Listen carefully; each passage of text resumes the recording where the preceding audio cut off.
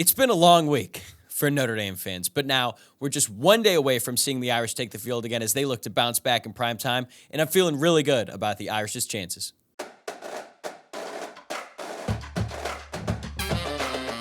You are Locked On Irish, your daily podcast on the Notre Dame Fighting Irish. Part of the Locked On Podcast Network, your team every day. Welcome to Locked On Irish, your daily Notre Dame podcast. Today is Friday, September 29th, so happy Friday to you, and thanks for making this your first listen of the day. I'm Tyler Wojciak, and I'm the host. I'm a Notre Dame alum and producer covering college football for Fox Sports, and today we got Tim O'Malley from Irish Illustrated back on the show to put the Ohio State game to bed, as much as we can, at least, and then we'll focus on Notre Dame's upcoming game against Duke. If you're like me, you're probably sick of hearing about the Ohio State game because it brings back so many painful memories, but it's almost impossible not to bring it up when talking about the Duke game because the entire dynamic surrounding this matchup is linked directly to what happened against the Buckeyes. Either way, Tim and I both feel pretty good about Notre Dame's chances in this one against Duke, and we go over why we're feeling confident and discuss how important this game is for the team and the season at large. I really enjoy this conversation, and I hope you will too. So here he is, Tim O'Malley. All right, I'm joined now by Tim O'Malley from Irish Illustrated. And Tim, I have a lot I want to ask you about regarding the upcoming game against Duke. But first, I want to revisit a question I asked you back in, I think it was August, the last time you came on the show. At the time, I asked if your emotions ever got the best of you while you were working in the press box at a Notre Dame game. You gave a great answer, but now I'll ask it a little bit more specifically. Describe your emotions last Saturday during the Ohio State game. Yeah, I think somewhere after the 4th and 7 is I stopped being a writer. You know, I was just sitting there, just barely looking at the thing, just kind of hoping a pass would be incomplete so we'd be second down. I know on 3rd and 19, I started getting a little excited where I was figuring they were going to win. Once he completed that pass, I kind of shut down. I just started erasing what I had written at the top and at the end. Thankfully, we had changed the recap around a little because we feel like the utility of the old school game recap is gone a little bit from the internet nowadays. So I just kind of break down the scores. And boy, did I get terse when I changed that intro and that conclusion on that thing because I was shocked. I didn't even know about the 10 people at the time, of course. And most of the press box is emptied out by that time. It's just about 7. I shouldn't say most of the press box. Most of the people that you follow in ND Media have gone to the field at that time. And then there's one person from each site that is doing the game recap still. And we were all just kind of, usually we're like looking at each other in these situations. And I was just like staring straight ahead, like, dear God. I don't think I watched the last play. I don't think I watched the last play happen because now I've seen it 100 times. So it's clouded in my mind. But I feel like I just heard touchdown. I was like, all right, well, now it's over. It's as bad as it gets, really. The Bush push. And then obviously my era always has 93 BC. The people that can understand 93 BC, it was the last game of the year. Like, yeah, there's no coming back. It's over. It was senior day. No game on the road. That was it. You already had your flights booked for the championship. Then it was over. So that's why that's always the worst. But this was pretty bad. And then it got worse when you found out. It gets so much worse when you rewatch the game, when you realize that they actually were better. Yeah. I don't think I felt like they were better during the game. I just thought it was like an even game. I was watching an even game. It did feel like an even game. The moment where I thought Notre Dame is the better team is when they converted the first 2 downs on their last offensive possession. I was like, this is it. They're putting it on them. They're running away with it. But I don't want to dwell too much on that game, but I did have to ask you because I have to imagine that was a post-game scene unlike maybe any that you've ever covered, right? Yeah, that was real. We all got into the press room. I guess the people on the field were stuck longer because Tyler James and I got in the press room before other people, and somebody said they had 10 people on the field, I think, and we were both like, "What do you think?" Or is there a picture of this? And of course, now everybody has YouTube TV, so we're trying to pull it up on our computers and try to find it. And then when we saw that, and then somebody in the front row was like, "It was the second to last play too." I was like, "You got no way." There were some people around me in the crowd because I was unfortunately right over there by that end zone. And I overheard someone say, why aren't they in goal line? And I did notice that. I was like, they are kind of, they're not stacking the line of scrimmage, which felt odd in the moment. And now we know why. But I want to give you a hypothetical as we shift to the Duke game. Would you be more or less confident that Notre Dame would beat Duke on Saturday had they won that game against Ohio State? Because we'd still be talking about this as a tricky game, just a totally different conversation. It's a great question. I always lean towards it's harder to get up for the next game after a debilitating loss like that. So I am confident Notre Dame is going to beat Duke, actually. But if they won, I think their confidence level would be so high that if Duke goes up 10-0, it doesn't matter a little bit. I feel like if Duke goes up 13-3 here, you feel like, oh, you got to be kidding me. Like the weight of the world is on you again. So I always think it's harder to get up. I think like practice had to stink early in the week. I can't imagine, because there's really good questions asked of Freeman about how do you not be punitive in your practice this week and try to make it like it's everything is supposed to be. You're supposed to always follow the same path, but you really figure you got to knock it out of them at some point. You got to imagine you had to knock it out of them Tuesday in some way. I think I would be more confident if Notre Dame won. Okay. Yeah. I see both sides. I would probably agree with you that during the game, depending on how it starts, if they had won, you just feel better, a little bit more relaxed about the situation, because those guys are human. Like, I know that the Notre Dame fans are still kind of getting over that. And for the players, like, their minds have shifted towards Duke because they've already been preparing for them all week, and that makes total sense. But at the same time, like, Joe Wall even talked about it on the Wake Up the Echoes podcast this week that Notre Dame puts out, that it really stung and that he stayed up until 5 a.m. and that one really hurt. I don't imagine that just goes away on Monday when you start watching Duke film. That's going to sort of linger throughout the week. But on the counter to that, like, these guys, they operate differently than fans do. They have the opportunity to get back on the field. So in talking to the players and the coaching staff, do you think that they're just ready to get back on the field as soon as possible? Yeah, I think the most impressive thing was that DJ Brown came out to talk. I mean, I did not expect that to be a thing. That Notre Dame has not often done that. He said, like, you have to get past things like that. That is worse when you watch it back on replay too. I don't think I had a full appreciation of. I don't think I had a full appreciation of that live. It was, so yeah, it felt like. I mean, Zeke Correll seemed like had already had a good practice. This we talked to them Tuesdays for people that don't know. So that is supposed to be a heavy practice. The coaching staff feels. I could tell the coaching staff felt like they should have won the game. Golden gave a very good explanation about nickel. If people didn't read about it recently, he said, now remember, he guessed right. He was right. It was right. And I think Ohio State then noticed they were missing alignment, of course.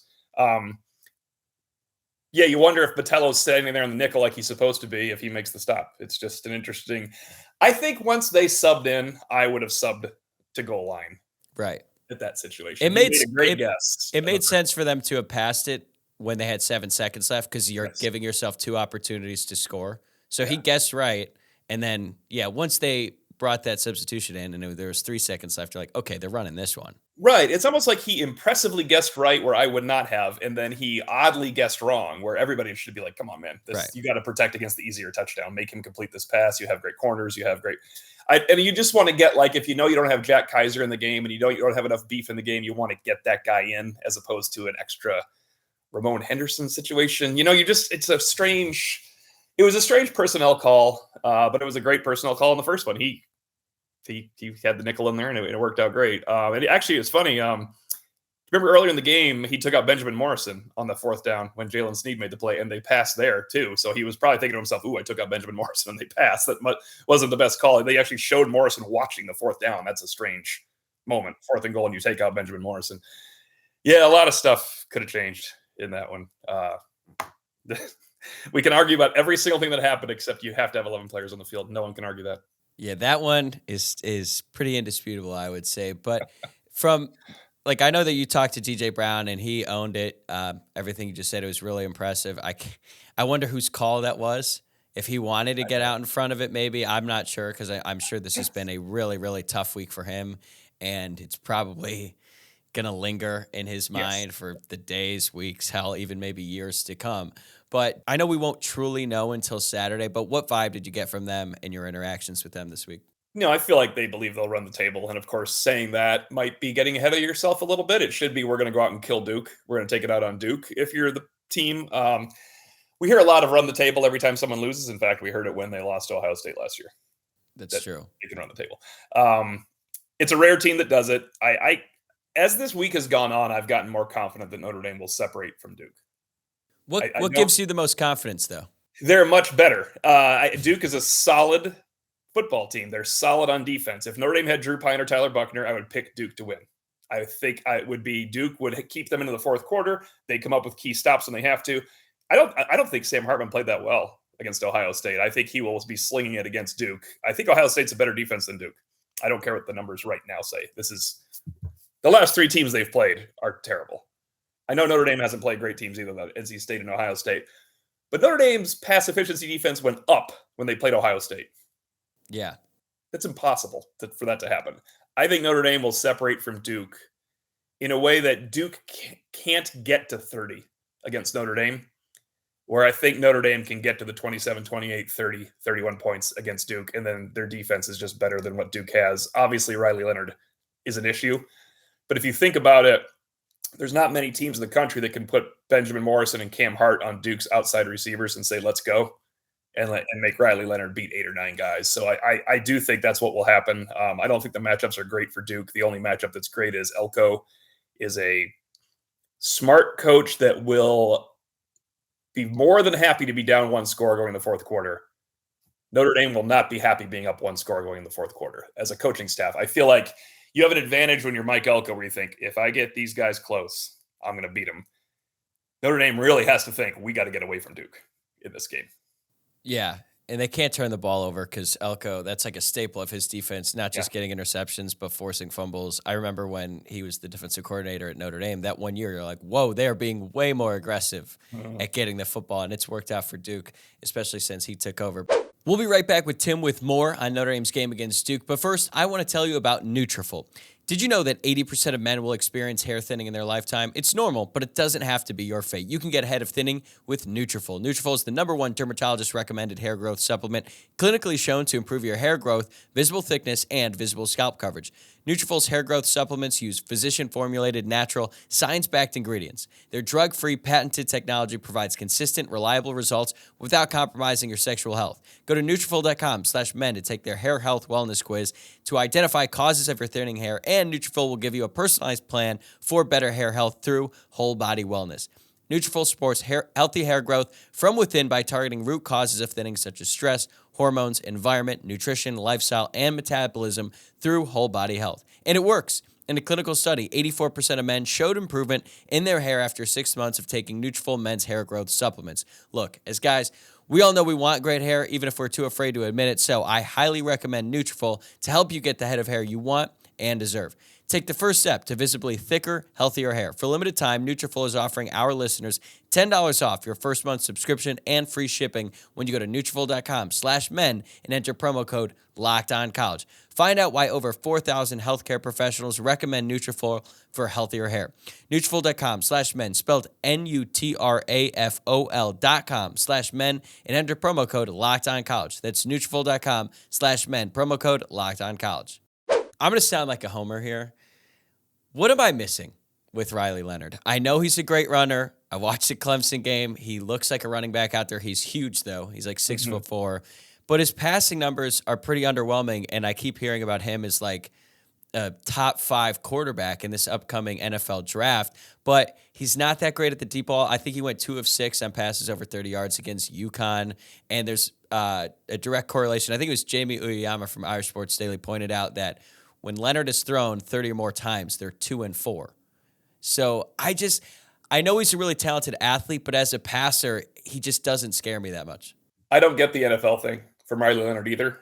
I do think the talented athlete, dual threat at the college level is just really tough on most teams. I think Notre Dame is well prepared for it with Brennan Armstrong. Duke actually has better weapons on the outside than NC State had.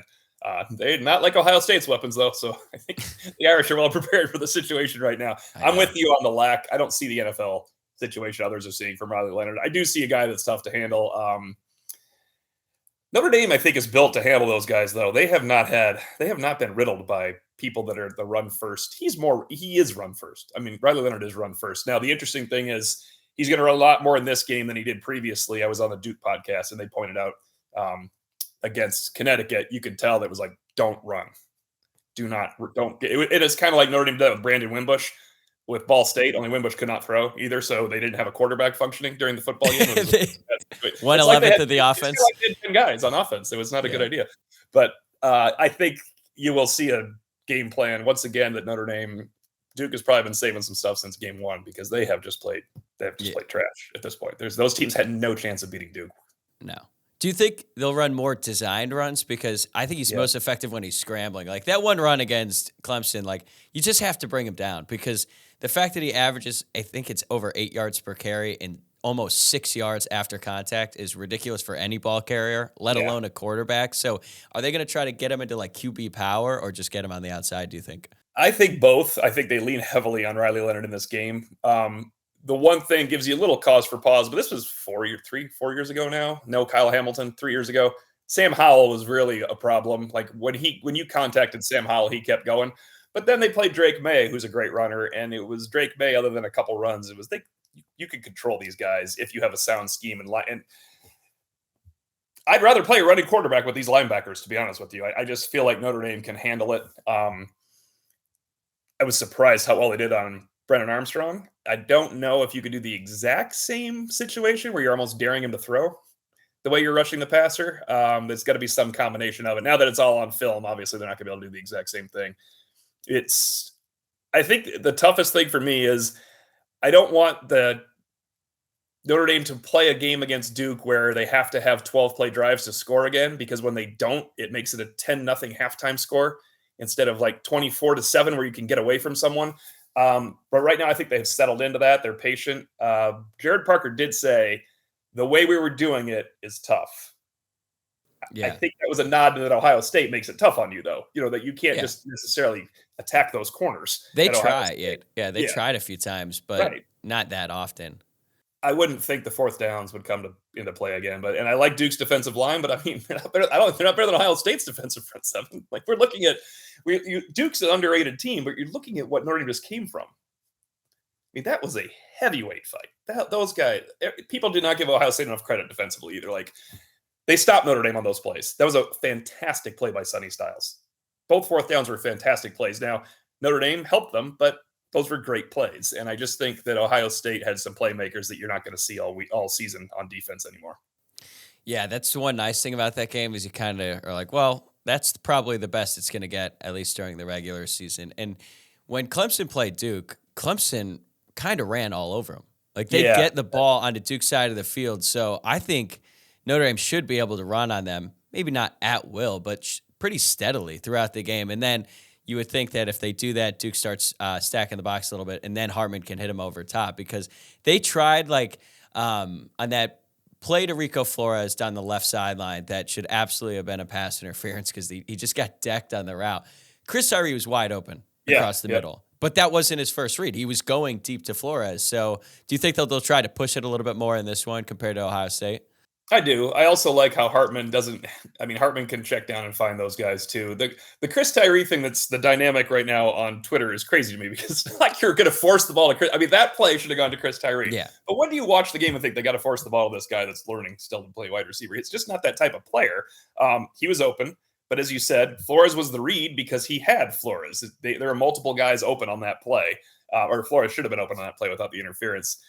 I think that, people talk about that play a lot. On the very next play, he hit Mitchell Evans for 28 yards. Like they lost nothing from that situation. He found Mitchell Evans in the seam. It's I think Evans developing into a weapon is huge going to this game as well. He's going to have highest level of confidence. And Holden Stays can also help them as well in this one.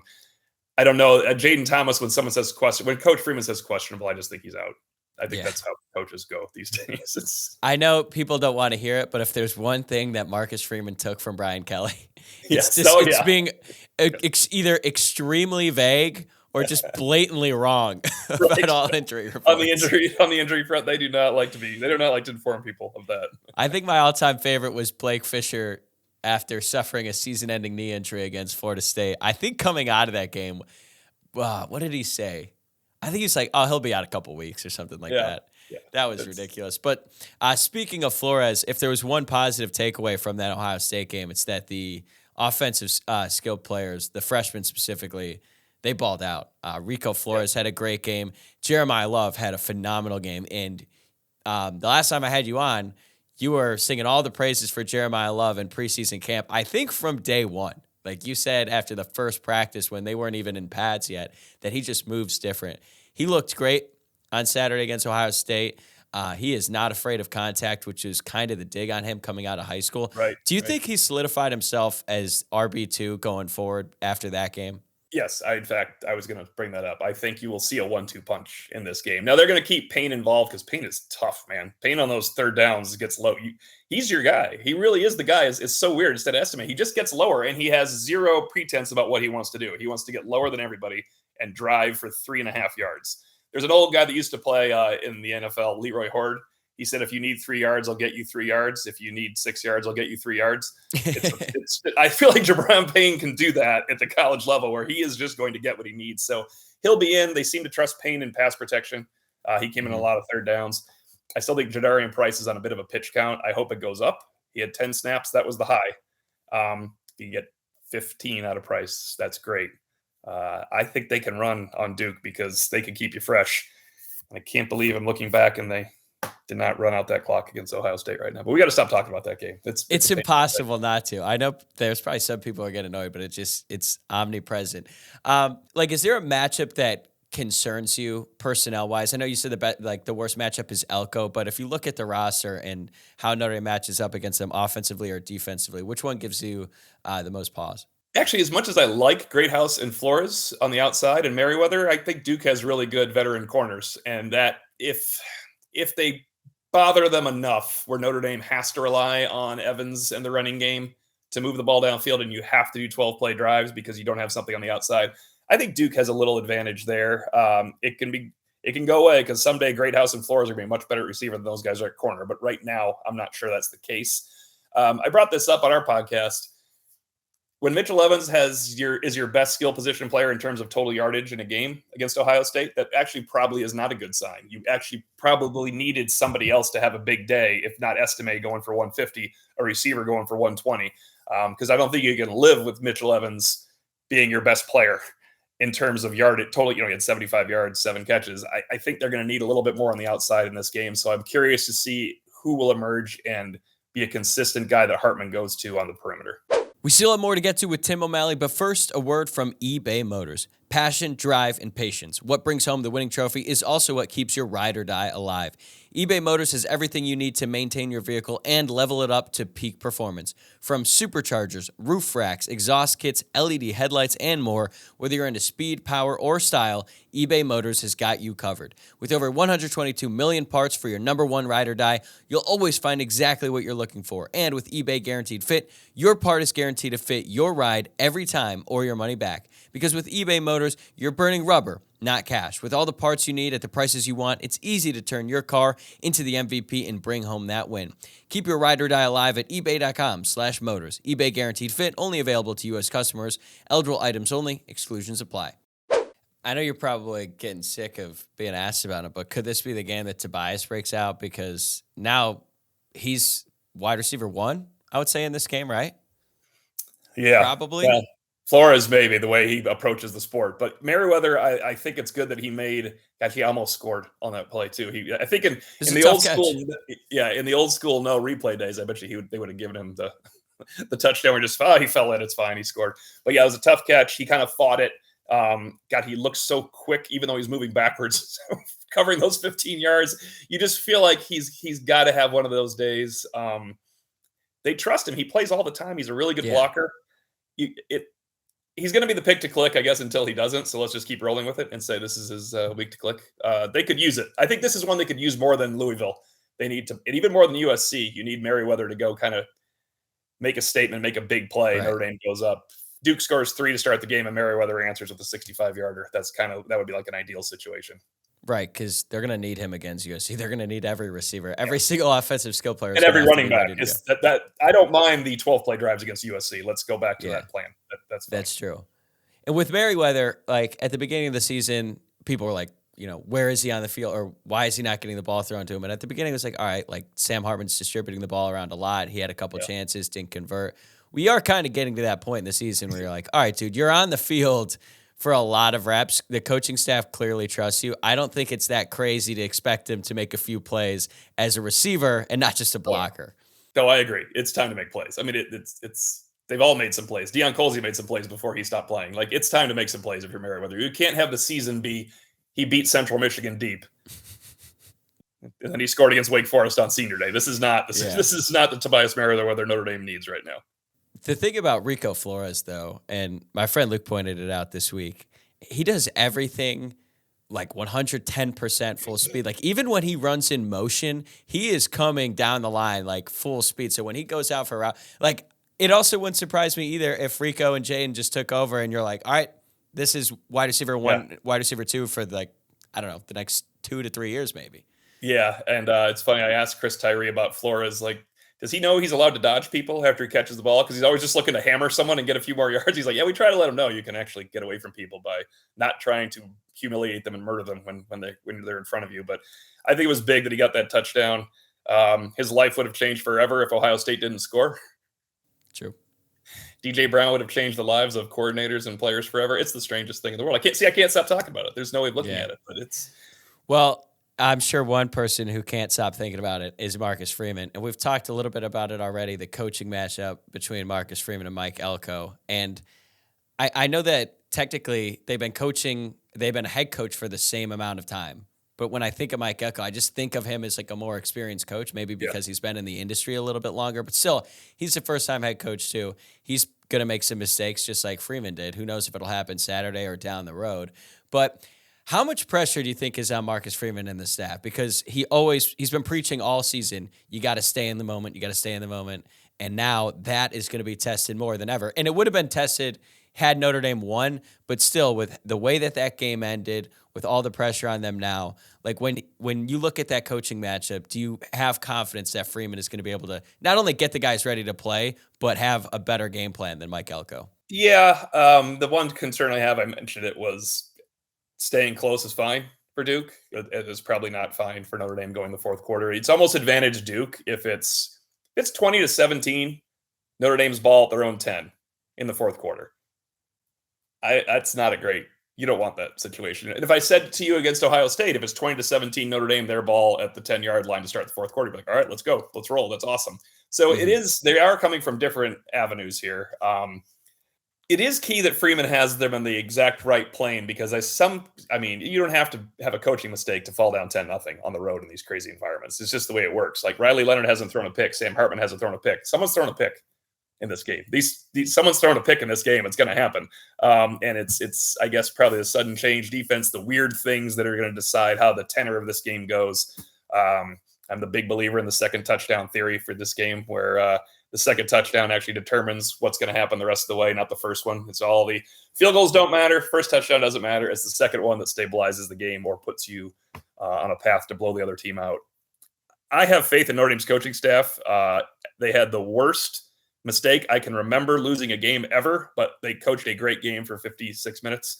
So I think it's weird to say it after the biggest mistake you'll ever watch in your life, but I think they did a really good job in that game until obviously.